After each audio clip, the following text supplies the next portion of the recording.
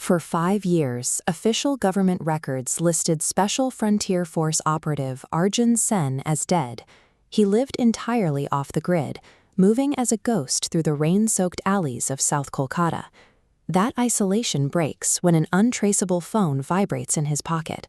The screen displays no number, only a name, Trinetra, followed by a GPS coordinate and a 10-minute countdown.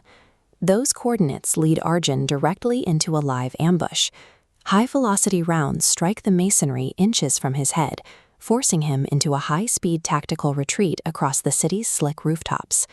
He relies on muscle memory and environmental cover to break the line of sight against a shooter who seems to know his every move.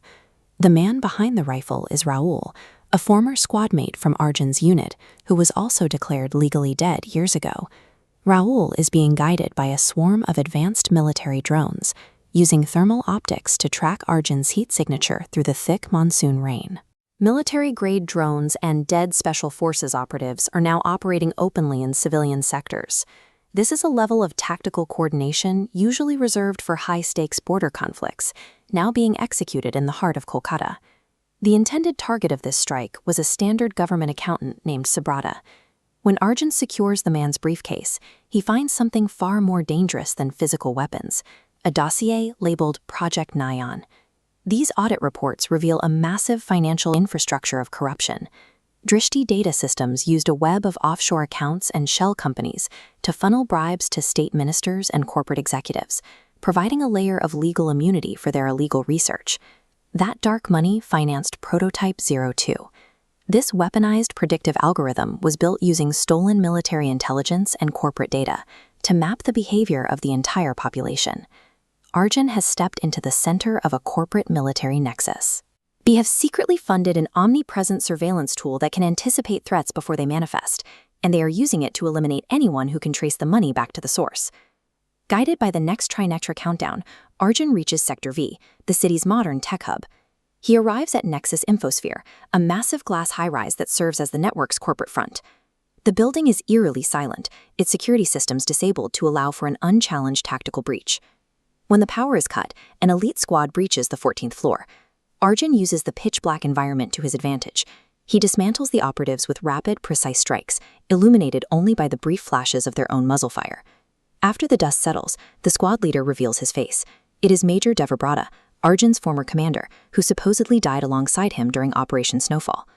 Major Devabrata admits that Operation Snowfall was a tactical purge. The mission was a fabricated lie designed to erase the operatives who had witnessed the birth of this surveillance network.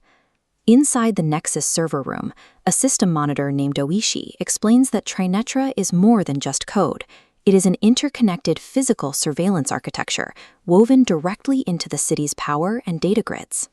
This diagram illustrates how the system calculates probability.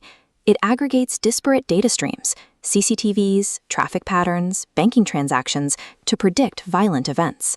The algorithm filters billions of data points to isolate a singular target. Tonight, every surveillance asset is locked on to Arjun. Arjun was the algorithm's first subject. The system needed to study how an elite tactical mind would react to its predictions, so it wiped his memory to use him as a live stress test for its own logic. Trinetra has begun manipulating real-world events to funnel Arjun towards specific coordinates. It is treating the city like a chessboard, moving pieces to eliminate the one variable it cannot fully control. The final countdown leads to Princep Ghat. Beneath the illuminated white pillars, Dr. Anirban Roy, the system's original architect, waits to hand over the master algorithm. He is met by Kalpurush, the leader of a shadow faction.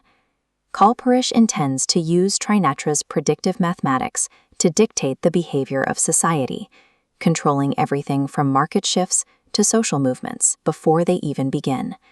This confrontation on the riverbank is a struggle for the future of free will. It pits the chaotic, unpredictable nature of human choice against the imposition of absolute mathematical control.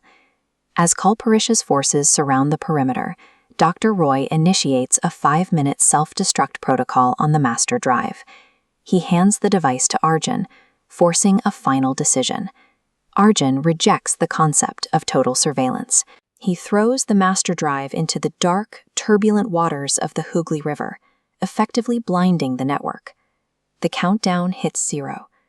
Across the city, the core system executes its purge command, deleting the primary servers.